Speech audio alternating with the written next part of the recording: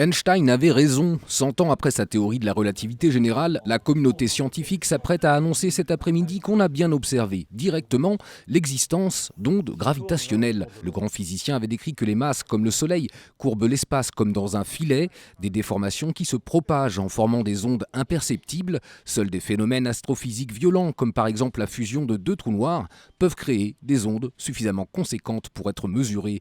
Et il semble que c'est précisément une fusion de trous noirs qui était observé par les chercheurs du programme américano-européen LIGO et Virgo. C'est comme si on avait été toujours myope et qu'un jour on vous apporte des nouvelles lunettes qui permettent de voir quelque chose que vous ne voyiez pas avant. Et qu'est-ce que l'on voit?